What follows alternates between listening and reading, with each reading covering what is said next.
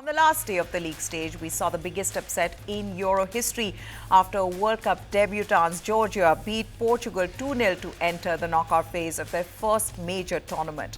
The win, albeit against a largely second-string Portugal, who had already made it into the next round, represented the greatest result for Georgia since the country gained independence from the Soviet Union in 1991.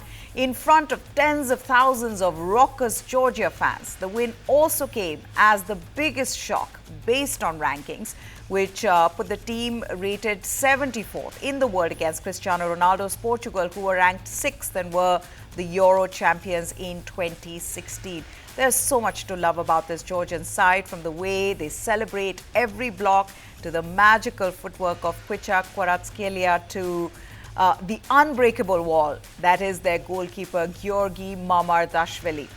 Let's not forget George Mikotadze, who is at the moment the highest goal scorer of the tournament. Portugal was stunned with Georgia's intensity straight away, and with just 92 seconds on the clock, Kvaratskhelia, he drilled the opening goal for his team. At the end of the first half, Portugal had recorded twice as many touches and 11 shots compared to their opponents' 3. But the only one that mattered was Kvaratskelia's kicking the ball past Costa and into the far corner to register his first goal at a major tournament. It was a goal that made Georgian fans believe that they can make it to the next stage, and a brave and disciplined Georgia were adamant on upsetting Portugal. George Mikotadze, he doubled Georgia's lead in the second period with his third goal of the tournament, as he coolly converted from the spot after Silva was once again at fault for bringing down Luka Loshovli. While Georgia created history, Cristiano Ronaldo fans will have to wait for a goal from the 39-year-old in this tournament. Ronaldo started for Portugal, but more than his game, it was him losing his cool on 4 different occasions that was the highlight of his 66-minute stay on the pitch. He'd been booked after just 28 minutes for his protests after a penalty appeal was ignored, and was perhaps lucky not to receive a second as he continued his arguments. He also expressed his frustration at halftime as the players left the pitch and argued against a decision to book Pedro Neto for simulation. Then, when he was withdrawn by Martinez after 66 minutes, he didn't take the substitution well as he lashed out, kicking the turf as he made his way to his seat. Now, questions have been raised over whether he could still compete at the highest level on the back of a season and a half in Saudi Arabia, where he remains without a major trophy with Al-Nassr. But Georgia, it was a night of celebration for this wonderful team, having come a disappointing 4th in their qualifiers. Georgia had to take a rather circuitous route to Germany, first by winning their group in the less glamorous way, by winning the Euro Nations tournament and then defeating Greece in a playoff. But there was nothing that was undeserved about the way their coach Willy Sagnol, the former Bayern Munich and France defender, and his side claimed a third-place finish in the tournament's Group F and set up their last 16 meeting with 3-time Euro winners Spain.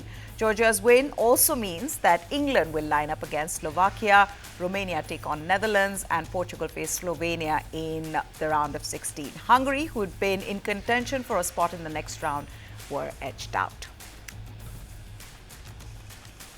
You know, when you're the small team of the competition, I mean, in brackets, when you're the small team, you know you have nothing to lose. And the only thing we said before the competition is, whatever happened, we don't want any regrets after the competition.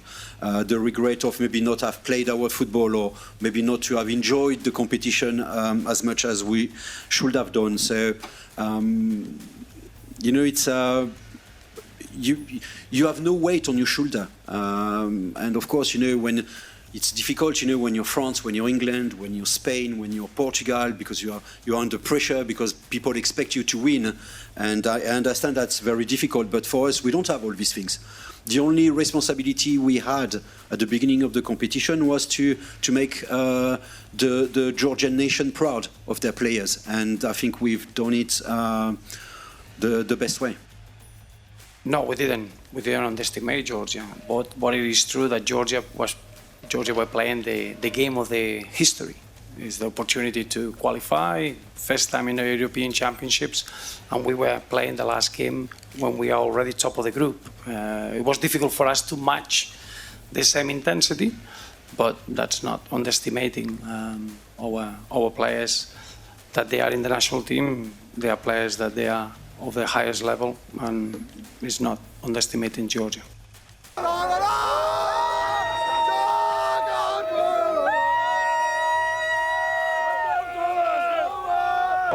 What should I say? I have no words. I can just scream if you want.